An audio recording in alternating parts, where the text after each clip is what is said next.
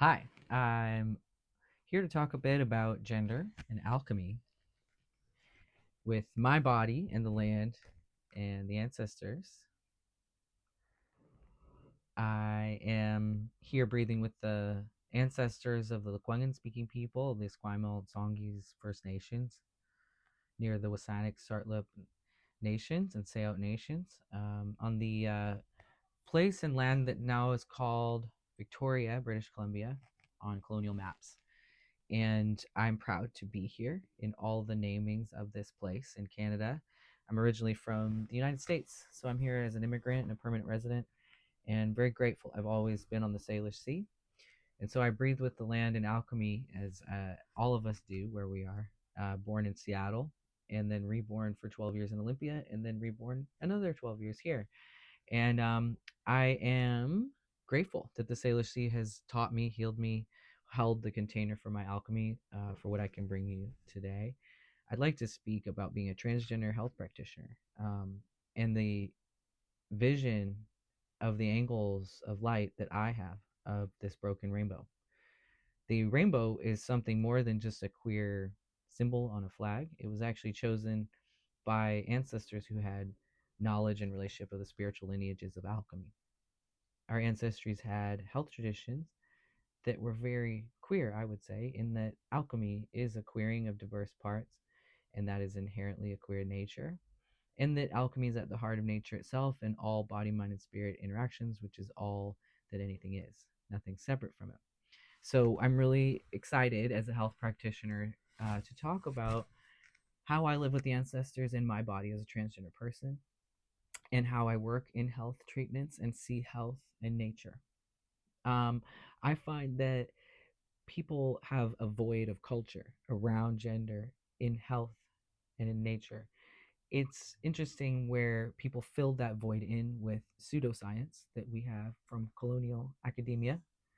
And it's sad how much our empowerment as queers has come through academia because we've been greatly colonized away from our traditional tools of medicine and alchemy. I, as a transgender person, am not interested in erasing gender entirely. That's only one aspect of alchemy and gender that I'm interested in. That's called center, where they all mix. And I like that. That's why we have the word queer. That's great. We even have the word chemistry or alchemy. That's great. That describes the whole. We might have the same word, the sacred wheel. Um, we also have a whole truth that's unique. And so that's the one. The whole, you could say, is a zero, and then the uniqueness is the one. The wholeness is an even thing that connects everything, like water. That's a feminine presence. It's the flow of life between us that we are all united by, and it's watery. It's like the zero of the internet code. The one is, well, this is how I do the zero, and that's one. So we individuate, and that's a masculine energy. It's odd. It seeks stability in a chemical reaction. The one and the zero make the entire internet. And one thing that is amazing about that is that I'm able to communicate this message to you on something so diverse and whole and complete, infinitely so, that it created this medium with the interweb that we could communicate with videos and do transduction, which is actually an appropriate little word, trans, in that word transduction, that catalyzed our ability into video and internet technologies. um, and it's a trans concept. So even transgenderness, it's in alchemy, but alchemy is not separate from science. It never was, and as much as academia like colonized it out, it's still in there. So I see astrology really informing the alchemy that science is having. I read science as a spiritualist more than I read spiritualist stuff. um, I find it very miraculous. And I find it in timing, the science discoveries now are actually starting to really catch up with the spiritualisms that have always been there at work underneath everything. That's how I see it. I think even if people aren't conscious of queerness, it's still at work in them. Similar with science, they maybe aren't conscious of the spiritual aspect, transiting them in waves of knowledge, downloading this in layers, deconstructing this or revealing this here. And there's transduction. Now you have this amazing interweb. Well, here's something. It says, imagine it's time to dream, think, see, act beyond prisons. This one message I find so complete and queer. And I love how each ray of the rainbow has a direction, a spell in it, a medicine, you could say an archetype or a purpose, just like each color of our chakra pole. And we have energy centers in Asia that acknowledge these chakras. Chakra is the word from India. And this is from Europe, also as energy centers that relate to the planets. And the seven inner planets are the seven chakras. So these systems all across that same continent tell in different systems. This is why our ancestors, transcestors, queer ancestors chose the rainbow, because it actually unifies us with the old way. What we mean by that is the spiritual fabric of consciousness that empowers us, gives us sovereignty through culture. It's like taking dead water and putting life in it with fruit and lemons and inoculating it. It's like putting grape juice, inoculating it. You have now the finest wine and a whole repertoire of lineage of wine. It transforms you to drink it. It's a different, it's alive, it's a living substance. You can actually see how it interacts with land and place in this magical spell of coming alive when it's enculturated. So queerness is a really cultural factor. What we're talking about with the rainbow is the emotional, spiritual inoculation of the physical. So all three levels in alchemy are getting inoculated, and this is a spiritual truth to look at these rays of ourselves, of the spiritual emotional journey, as things that give culture to the physical. It's not just physical water. It's not just physical body. It's not just physical grape juice. It's now wine. When we add culture spiritually, emotionally, socially, as queerness does, we're able to come more alive from a dead place. And actually, that's what a lot of the ancestral traditions were intending to do, was acknowledge death everywhere, that it is built into life. And then from different states of alchemizing the transition of death through its stages, we find wellness by integrating with justice, which is what just is.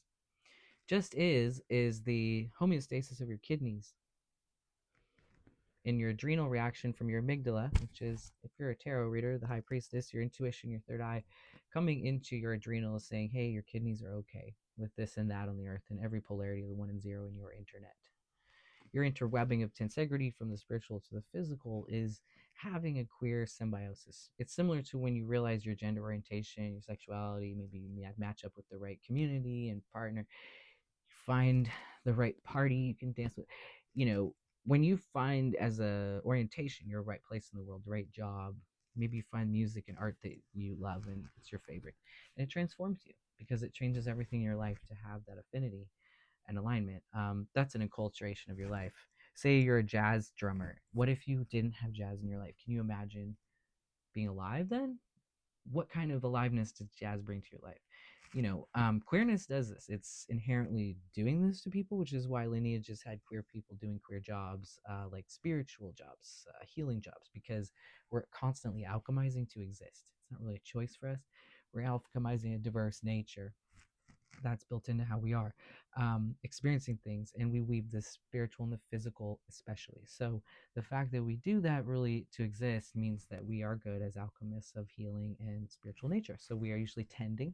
That's why I have a tattoo, tender, on my arm, because that's what we do. And we take tender subjects, we offer tending service there. We are here to help and alchemize through divine witness of wholeness, which queers are built to do well. So everyone, if they can not only integrate their inner feminine and female as a feminist thing, but as a feminist thing, integrate their inner queer and wholeness, we'd be one step further. Yeah. So that means every member of the family, every age, mom, dad, young brother, young sister, inner child work to diversify its gender. And, the adults need to understand they're both genders and then talk to the elders. Everybody's resting on the children and the knowledge of the young. And so it's really backwards from how we're taught. And what I love is this concept of it's time to dream, think, see, act beyond prisons. Well, it's a prison. It's the Gnostics from my ancestors that really specifically said it's literally a prison that you have to break free from in this process of liberation. See how it's doing that?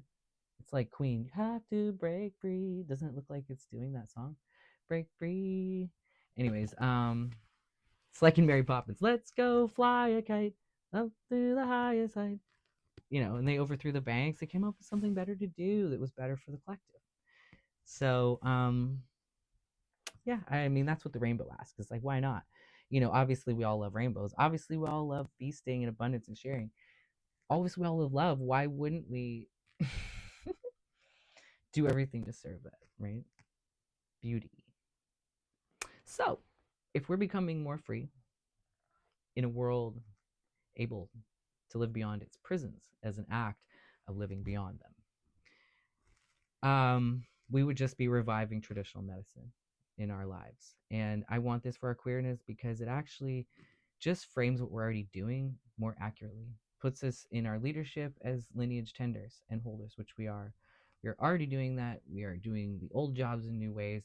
The old job would have had you being in service and going around and having a positive effect on people. Well, yes, that's what you're still doing. People might have come to you for healing. Well, they still do.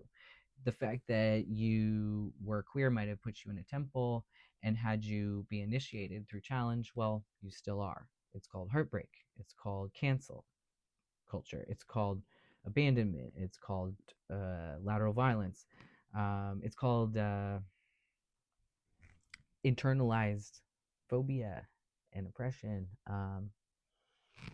And when you have to face your inner and outer limitations and triumph over them and gain each color of your flower, each ray of your flower, each ray of your light spectrum of your shattered rainbow, and tell that story and live it more and more well, like you are the cook in the kitchen, making the recipe better and better, and you are sharing that and feasting with that, and that the more you can share and feast and enjoy is your measure of wealth.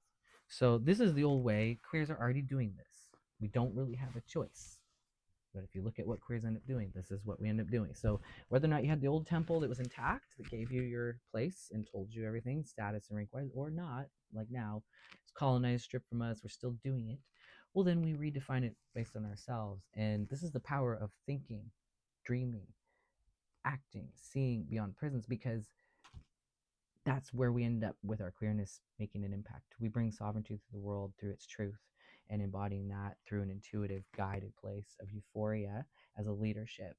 And that to me is a really positive thing. That brings rainbows and positivity, shared wealth, prosperity. Everybody gets to be themselves. Those kind of values are central. These are not fringe, they're not exiled, they're old, they're ancient, they're primary, they're central. If you look at the world now that's colonized, a lot of things that seem backwards or opposite or in the way or contrary, they're just the missing essential piece. Usually it's central. So check your edges for the center, because that is a weird, strange alchemy thing where it floops there. And you can look at the 0 and the 1 and the Ouroboros nature of it. Of course, it would have a place it did, like the sunrise, constantly evolving us in a revolving nature, like the moon does, the sun does too. Boop, boop, boop, boop, boop. And breaks a threshold of realization there where we alchemize, sort of 3D printing the world. Have you ever thought about how the sunrise is 3D printing us? I follow the zodiac, jump through the stars. They are definitely landing in timings, and it definitely is a story to be spun. We are the weavers of story mostly, and a story that is being woven and spun. And so the more we co-create with that and collaborate, is the more we engage our spiritual nature. And queerness already is full of archetypes. The culture is definitely doing that, describing every ray of the rainbow, every sort of archetype on the wheel of the seasons and our natures and the different gendered elements of that and the nuanced wheel of that we go through in terms of energetics. They're gendered. They're actually gendered. So some are hard, some are soft, some are fast, some are slow, some are masculine, some are feminine. In fact, the entire sacred wheel of the lineages of the zodiac astrology, which I live with from my ancestry and practice with, um, goes masculine, feminine around the whole thing in an alternating wheel. And there's so much interplay of the masculine, feminine. It's similar to the Taoist rooted natural medicine practice of acupuncture, which I practice, and medical Qigong. That has also the binary of yin and yang. And that alternation and exchange chemistry is within everything. It's the main theory and the main premise that we work with to heal and work with nature. So I just see queerness in there, and queerness is queer people who are transgender and queer are integrating um, that, just like the old way. And it's an old healing practice to be this and to do this. I'd like for everybody to have this. I think it's a risk that our society is estranged from their transness and queerness, because obviously it is very essential to be able to do this and to have our culture of wholeness. That's what it is. It's been misnamed, framed, scapegoated, and stolen and lost. It's too marginalized. It's actually common knowledge that we all have culture and get free and live in a world that doesn't imprison us in the million ways that it does. Gender is just the beginning. Um, but it is within everything and fundamental and changes everything, how you relate to that fundamental piece, like the ones and zeros. So gender really does affect everything else. But um, because it's a place where we experience our spectrum of archetypal language and identity and the forms that it creates. And that does weave in a very real way on a soul level, mental, emotional, and physical. This is karmic. This is ancestral. This is personal. You have a form you take because of all of it. And it does affect. It is saying this is how you think, this is how you look, this is how you are, because that's what your nature is in its alchemy process at this stage. You have others, you have other times and places, and they are influencing this one because we are on a whole time. But you are this now. So the more we can integrate this multi-layered wholeness, the healthier we are. It gets very interesting when you try to do it, and it's good to lean into the tools and culture and values of the GLBTQ trans queer community, because there are ancient remedies, stories, deities, gods, practices, lineages, protocols, wisdoms, philosophies, mystery traditions. These hold our keys, our answers, our vessels for our sovereignty and their liberation that are endless. They're infinitely our gifts and our inheritance. As much as the breath is receiving my heart, witnessing it, and giving the ecosystem life so that it can then exchange with me life in this sacred, sacred, sacred witnessing, I die better and better each moment I receive that breath, because I understand death is everywhere and important for healing. That it feeds the earth, which is my body, and I'm constantly dying to what I didn't know, and that makes me more whole. And I receive that witness of the breath that is always remembering my wholeness and letting go of the forgetting of that nature, just so I can circulate around my truth better and hold that center of that truth for the world. Every one of us holds that uniquely. It's important, very important, and special. Every one of us is a key to a necessary ray of the flower or the broken rainbow of light. Our truth is one part of the whole, and without each truth, the whole is not whole. So it affects everyone. I think this is why people get intense about gender, because it's like a pressure to disagree then or agree, because it does affect the whole, and it's confusing for people to see how. But I really want you to understand that it really has already affected the whole, that you left queerness out. We are trying to bring a medicine back in that has always been there, that is just there. Um, and the justice is just being with what just is, which is that it's very, very miraculous and spiritual. And when we get better at receiving the queerness nature of it too, and just being artists and like being free to be expressed fully in that miracle of joy, like, wow, look at, I'm woven with everything, and it's magically being recreated all the time. That's something I see the GLBTQ and trans and queer people doing as well. We're constantly being recreated, reformed, discovering, creating new, finding, emerging, transforming, becoming. It's infinite. Once we are enculturated, how much we can get free more and more and build this world beyond prisons that is the sacred world that the old ways serve and create. So, yeah, queerness taught me first everything, and it's important as a last word that everybody finally live in that wholeness. So with that, I'll leave you, and check back, or please like and subscribe, and uh, come back around for more you know more on this topic. We will be dishing it out. Ta ta.